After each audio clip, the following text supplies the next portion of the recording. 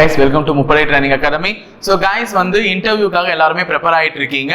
So already part 1 video போட்டிருக்கேன். So part 1 வீடியோவை பார்க்காதவங்க போய் பார்த்துட்டு வாங்க. எப்படி ஒரு இன்டர்வியூக்கு போகும்போது பயம் இல்லாமல் இருக்கணும், எப்படி ஒரு தெளிவாக இருக்கணும், ஒரு சின்ன இன்ஃபர்மேஷன் தான் அதில் கொடுத்துருப்பேன். ஸோ அதை பார்த்துட்டு இந்த 2வது வீடியோக்கு வந்தீங்கன்னா உங்களுக்கு ஒரு கிளாரிட்டி கிடைக்கும். அதனால தான் சொல்கிறேன்.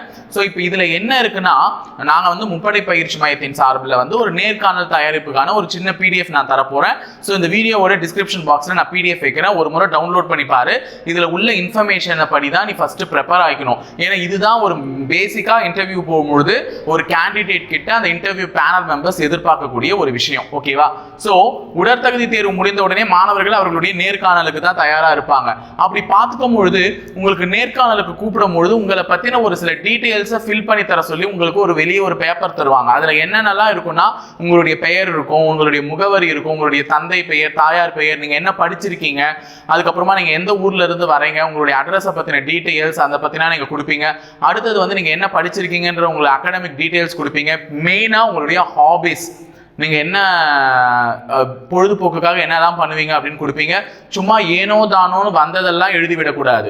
ஒரு விஷயத்தையும் நீ அதில் ஃபில் பண்றது தான் உனக்கு கேள்விகளா அமைய போது. அதை முதல்ல டீட்டெயிலா புரிஞ்சுக்கோங்க. ஸோ அதனால நீங்க கொடுக்கக்கூடிய ஒரு தகவல்கள்ல இருந்து எந்த மாதிரியான கேள்விகள் கேட்கப்பட்டாலும் அதற்கு நீ தயாரா பதில் சொல்ற வகையில இருக்கணும். அந்த மாதிரியான கேள்விகளை தான் நீங்க அந்த இடத்துல கொடுக்கணும். ஸோ இந்த நேரத்தில் நான் உங்களுக்கு ஒரு தகவலை பதிவு பண்ணிக்க விரும்புறேன். ஸோ எங்க அகாடமிலையும் இன்டர்வியூக்கான கைடன்ஸ் கிளாஸ் வந்து தீபாவளி கழிச்சு 15ஆம் தேதியிலிருந்து தொடங்க போகுது. ஸோ யாராவது இன்டர்வியூ கைடன்ஸ் வேணும் அப்படின்னா நீங்க தாராளமா எங்க அகாடமிக்கு வந்துடலாம். வாரத்துல 2 நாள் இருக்கும் உங்களுக்கு இன்டர்வியூ கைடன்ஸ். அதே மாதிரி ஒரு 4 மாணவர்கள் ஒன்னா சேர்ந்து இன்டர்வியூக்கு ப்ரிப்பேர் பண்ணும் பொழுது தான் அதிகப்படியான விஷயங்கள் என்ன பண்ணுவாங்கன்னு பாத்தீங்கன்னா மாணவர்கள் தெரிஞ்சுப்பாங்க. ஸோ நம்ம ஒண்டியா உட்கார்ந்துட்டு இருந்தா எதுவுமே தோணாது, நம்ம மைண்டும் வந்து ஃப்ரீயா இருக்காது. ஸோ எதை படிக்கணும், எப்படி ப்ரிப்பேர் பண்ணணும்னு ஒரு ஐடியாவே கிடைக்காது. ஒரு 4 பேர் ஒன்றாக இருக்கக்கூடிய ஒரு 4 பேர் சேரும் பொழுதுதான், ஒரே தேர்வை நோக்கி பயணப்படக்கூடிய ஒரு 4 பேர் சேரும் பொழுதுதான் இப்படி கேட்டா எப்படி பதில் சொல்லணும், அப்படி கேட்டா எப்படி பதில் சொல்லணும், ஒரு குரூப் டிஸ்கஸ் பண்ணி கொஞ்சம் நல்லபடியா ஆன்சர்ஸ் எடுத்துக்க முடியும் இன்டர்வியூக்கு. அதுக்காக வந்து இன்டர்வியூ கைடன்ஸ் கிளாஸஸ் இருக்கு. ஸோ ஸ்டாஃப் எங்க தரப்புல இருந்து ஒரு சில ஐடியாஸ் கொடுப்பாங்க, நீங்க அதுக்கேற்ற மாதிரி மெருகேற்றிக்கலாம். அதுக்கப்புறமா இன்டர்வியூ மாடல் இன்டர்வியூன்னு ஒன்று நடத்துவாங்க. அந்த மாடல் இன்டர்வியூலையும் நீங்கள் பார்ட்டிசிபேட் பண்ணி உங்களுக்கான இதை வந்து நீங்கள் பயத்தை வந்து போக்கிக்கலாம் இங்கே. ஓகேங்களா? ஸோ இந்த இன்டர்வியூ மெட்டீரியலில் பார்த்தீங்கன்னா கிட்டத்தட்ட 16 வகையான இன்ஃபர்மேஷன்ஸ் இருக்கு. அந்த 16 வகையான இன்ஃபர்மேஷன்ஸை நீங்கள் என்ன பண்ணணும்னா ஃபர்ஸ்ட் தெளிவாகணும். 16 டைப் ஆஃப் இன்ஃபர்மேஷன்ஸ். இந்த இன்ஃபர்மேஷன்லாம் வந்துச்சுன்னா நீ எப்படியெல்லாம் அந்த பதில்களை ரெடி பண்ணலான்றதை தான் நான் கொடுத்துருக்கேன். புரியுதுங்களா? ஸோ இதை எப்படி ப்ரிப்பேர் பண்ணணும், அந்த 16 வகையான கேள்விகளை நீ எதிர்நோக்கும் போது எப்படி ப்ரிப்பேர் பண்ணணும். அதாவது நிறைய பேருக்கு அவர்களுடைய என்ரோல்மெண்ட் நம்பரே தெரியாது. உள்ள போனவனே இதுவே கூட உனக்கு கேள்வியா இருக்கலாம், எங்க உன்னுடைய என்ரோல்மெண்ட் நம்பர் சொல்லுன்னுட்டு. ஆனா நம்ம இதெல்லாம் ஒரு கேள்வியா கேட்பாங்களான்னு சொல்லிட்டு என்ன பண்ணிடுவோம், அதை விட்டுருவோம். ஆனா உள்ள போனவனே என்ரோல்மெண்ட் நம்பர் கேட்பாங்க. அதுலயும் யாருக்கு அந்த என்ரோல்மெண்ட் நம்பர் கேட்பாங்க அப்படின்னா, இந்த ஃபேன்சியா இருக்கும் பாருங்க.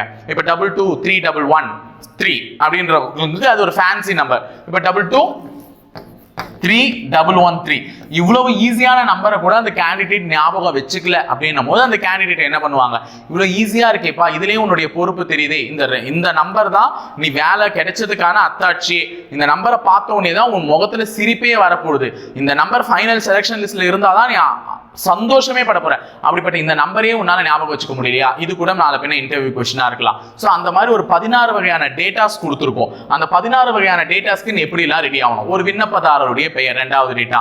உன்னுடைய பெயர் வந்து ஒரு மிகப்பெரிய ஒரு பிரபலத்தினுடைய பெயர்களா இருக்கலாம், இல்லைன்னா உன்னுடைய பெயருக்கான ஒரு விளக்கமா இருக்கலாம். அந்த விளக்கத்தை நீ கரெக்டா கொடுக்கணும். இப்ப ஹரீஷ் அப்படின்னு சொல்லிட்டு எனக்கு இருக்கு அப்படின்னா நான் சொல்லுவேன், Hari is a god name.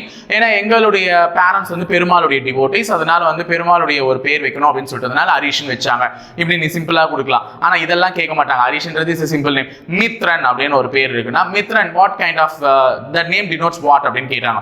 Mithran என்பது உனக்கு எதை குறிக்குது, மித்ரன் என்பது என்ன அப்படின்னு பார்த்தீங்கன்னா, மித்ரன் என்பது ஒரு உற்ற தோழன், அனைவரிடத்திலும் தோழமையோட இருப்பாங்க.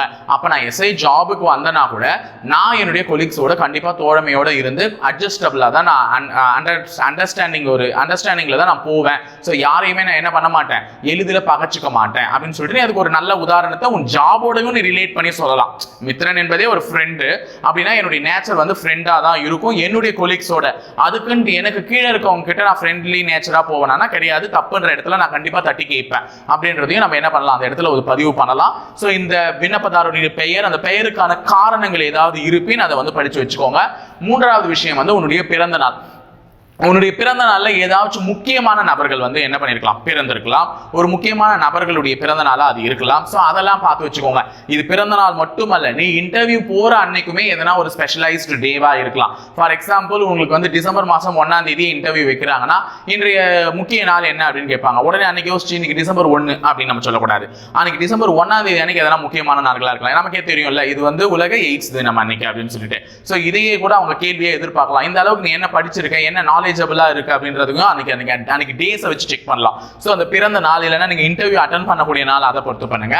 4வது வந்து பாலினம், செக்ஸ் அப்படின்னும் பொழுது மேல வந்து டாமினேட் பண்றதுக்காகவே இப்போ ஃபீமேல் எல்லாம் நீங்க என்ன பண்ணுவீங்க, ஃபீமேல்லாம் வந்து வராங்க இந்த ஜாபுக்குலாம் வராங்கன்னா அவங்களா அதுக்கு தகுதியானவங்களா, ஃபீமேல் எல்லாம் ஒரு போலீஸ் துறைக்கு அவங்களா எலிஜிபிளா அப்படின்னு ஒன்று வந்து கேட்பாங்க.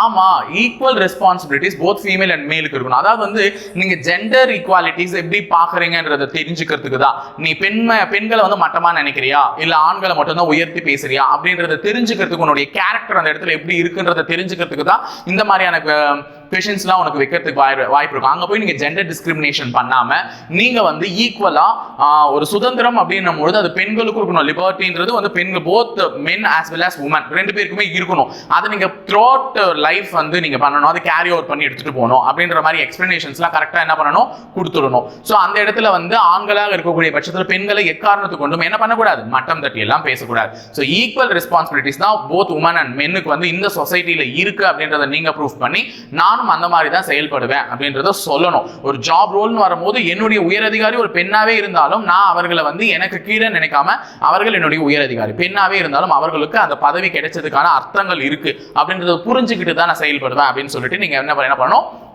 கோஆபரேட் பண்ணி அவங்கள உயர்த்தி பேசணும். இதே ஒரு பெண் நீங்க வரீங்க இன்டர்வியூ பேனலுக்கு அப்படின்னா நீங்க ஒரு ஆணாதிக்க மிக்க சமூகத்துல இருந்து வந்திருக்கீங்க, ஆண்களை எப்படி பாக்குறீங்க அப்படின்னு நீங்க உடனே ஆண்கள் எல்லாம் ஆமாங்க என்னை வந்து சின்ன வயசுல இருந்து படிக்கவில்லை, என்ன இப்படி பண்ணவில்லை அப்படின்லாம் சொல்லாம எனக்கு இத்தனை காலத்துக்கு நான் இந்த இடத்துக்கு வந்து நிக்கிறேன், உங்க முன்னாடி ஒரு இன்டர்வியூக்கு வந்து நிக்கிறேன்னா அதற்கு எனக்கு பின்னாடி ஆண்கள் தான் காரணமா இருந்திருக்காங்க.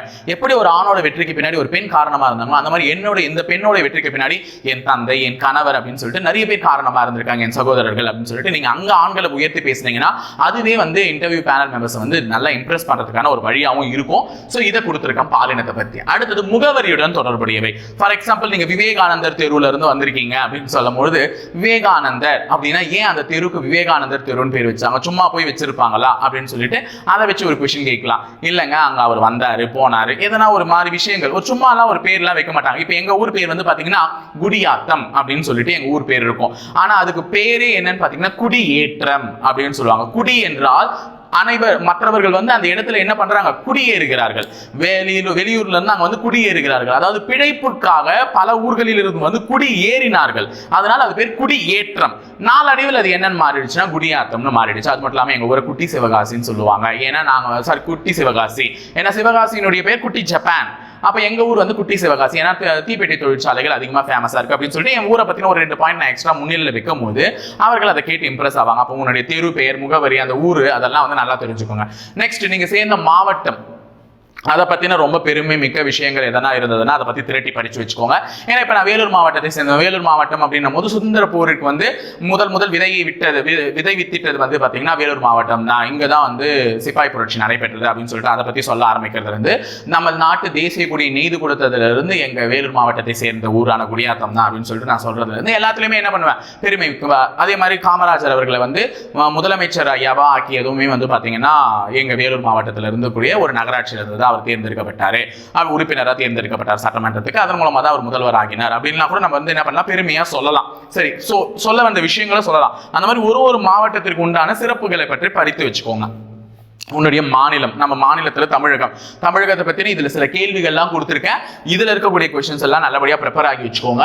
அடுத்தது திருமண நிலை. அதாவது வந்து இது வந்து ரொம்ப எதிர்பார்க்க மாட்டாங்க. பிகாஸ் நிறைய பேர் மேரிட் வரலாம், இல்ல அன்மேரிட் நிறைய பேர் இருக்கலாம். ஸோ மேரிட் ஸ்டேட்டஸ் பத்தி ரொம்ப எல்லாம் கொஸ்டின் கேட்க மாட்டாங்க. இஃப் இன் கேஸ் கேர்ள்ஸ் வந்து மேரிட் ஆயிருந்தா மட்டும் அவங்கள மட்டும் என்ன கொஸ்டின் பண்ணுவாங்கன்னா, நீங்க மேரிட் ஆயிட்டீங்களே, உங்களுக்கு இந்த ஜாப் கரெக்டா இருக்குமா அப்படின்னு சொல்லிட்டு உன்னை வந்து டிஸ்ட்ராக்ட் பண்ற மாதிரியான கொஸ்டின்ஸ் வைப்பாங்க. நீ தான் அதுக்கு சாமர்த்தியமா பதில் சொல்லணும். மேரேஜ் வந்து எனக்கு எனக்கு ஒரு பேரியர் கிடையாது. நீங்க சொல்லணும், ஓப்பனா சொல்ல, marriage is not a barrier for my life and my career. எனக்கு அது வந்து இட்ஸ் நாட் எ பேரியர், அது எனக்கு ஒரு தடை கிடையாது. இதன் மேலமா நான் சாதிக்கிறதுக்கு என் கணவர் தான் இதுல எனக்கு ஒரு உத்வேகமாவே இருக்காரு அப்படின்னு சொல்லிட்டு எதனா ஒரு இம்ப்ரெஸ் பண்ற மாதிரியான ஒரு பதிலை கண்டிப்பா உங்களுக்கு கொடுக்கணும். ஸோ இதெல்லாம் டிஸ்கஸ் பண்ணா மட்டும்தான் உங்களுக்கு நிறைய வரும். அதனாலதான் once career guidance or interview guidance சொல்லிட்டு ஒரு ஜஸ்ட் ஒரு 3 hours வந்து போயிட்டு வந்துட்டனால உனக்கு எந்த விதமான இதுவுமே கிடைச்சிடாது. உன்னை பொறுத்தவரையும் அங்க போயிட்டு நீ நிறைய பேரோடைய கலந்துரையாடிட்டே இருக்கும்போது தான் நிறைய பாயிண்ட்ஸ் உன்னால கெட் பண்ண முடியும். அப்ப மட்டும்தான் இன்டர்வியூவை ஈஸியா டேக்கிள் பண்ணி அந்த 10க்கு 10 அப்படின்றத விட 7க்கு மேலேயாவது உன்னால ஸ்கோர் பண்ண முடியும் டெஃபினட்டா. அடுத்தது உன்னுடைய தாய்மொழி லாங்குவேஜை பத்தி கேட்டிருக்கேன். ஸோ தமிழ் உன்னுடைய லாங்குவேஜா இருந்துச்சுன்னா அந்த தமிழ் எப்படி உயர்த்தி பேசலாம், அந்த தமிழுக்கு என்ன சிறப்பு, இல்லை நான் தெலுங்கு தான் சார் என்னுடைய தாய்மொழி, அங்கே நான் தமிழ் வந்து படிச்சிருக்கேன் ஆனால் தமிழ்லையும் பேசுவேன் அப்படின்னு தெலுங்கு பத்தி நீ என்ன எல்லாமே சொல்லலாம். அது வந்து நான் சொல்லியிருக்கேன் பாருங்க, பாலிட்டியோட ரிலேட் பண்ணி சம் ஆர்டிகல்ஸ் அந்த 8th ஷெட்யூல் அந்த அஃபிஷியல் லாங்குவேஜஸ்லாம் டிக்ளேர் பண்ணியிருக்காங்களா, அதெல்லாம் கூட சொல்லியிருக்கேன். அடுத்தது கல்வி நிறுவனங்கள், நீ என்ன படிச்சிருக்க, நீ படிச்ச கல்வி நிறுவனங்கள் ஏதாவது சமூகத்தை சார்ந்து உள்ள கல்வி நிறுவனங்களா இருந்தால் அதை பற்றின கேள்விகள் எல்லாம் கேட்க ஆரம்பிப்பாங்க. ஸோ கல்வி நிறுவனங்கள் அதை பற்றி நீ கொஞ்சம் உஷாரா படிச்சு வச்சுக்கோ. அடுத்தது பொறியியல் மாணவர்களுக்கு என்னென்ன பண்ணலாம், அந்த பொறியியல் மாணவர்கள் ஏன் வராங்க, நீ ஏன் கலை மற்றும் அறிவியல் கல்லூரி மாணவர்கள் இருந்து வித்தியாசப்படுத்தி நிற்கிற, நீ எப்படி சப் இன்ஸ்பெக்டர் ஜாபுக்கு சூட் ஆவ, இந்த மாதிரியான கொஸ்டின்ஸ் எல்லாம் கேட்பாங்க. ஸோ எல்லாத்துக்குமே நம்ம சேனலை ஃபாலோ பண்ணிட்டே இருங்க. ரெகுலராக அடுத்தடுத்த பார்ட் வீடியோஸ்ல சில ஆன்சர்ஸ், இன்ட்ரெஸ்டிங்கான ஆன்சர்ஸோட வந்து உங்களை மீட் பண்றேன். ஓகேவா? அடுத்தது தமிழ்நாடு பத்தின கேள்வி, பரிசுகள், பதக்கங்கள், இதெல்லாம் வந்து நான் ஒரு 16 வகையான கிளாசிபிகேஷன் இதுக்கப்புறம் வச்சிருக்கேன். இதெல்லாம் ஜஸ்ட் நீ பார்த்துட்டு போங்க. ஸோ ஒரு நேர்முக தேர்வு அப்படின்னாலே உன்னை வந்து டெஸ்ட் பண்றது உன்னை மன தைரியத்தை செக் பண்ணுவாங்க.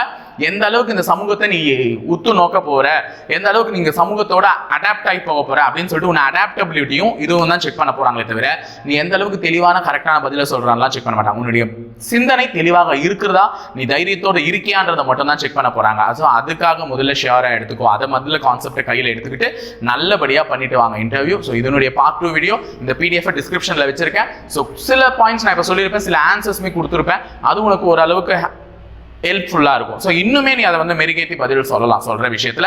ஸோ மறக்காம இன்டர்வியூ கைடன்ஸ் கிளாஸ் 15th இருந்து எங்க அகாடமியில் ஸ்டார்ட் ஆகுது. அதுல ஜாயின் பண்ணணும்னு விருப்பம் உள்ள நபர்கள் வந்து தாராளமா ஜாயின் பண்ணிக்கலாம். ஸோ அது வந்து நீங்க ஒரு 2 நாள் அந்த இன்டர்வியூ கைடன்ஸை கவனிச்சுட்டு கூடவே சேர்ந்து ப்ராக்டிஸ் பண்ணும்போது மட்டும்தான் உங்களால இன்டர்வியூ நல்லபடியாக கோப் பண்ணி எடுத்துட்டு போக முடியும். ஸோ துணிந்து செல், பணிந்து செல், வெற்றி உனதே.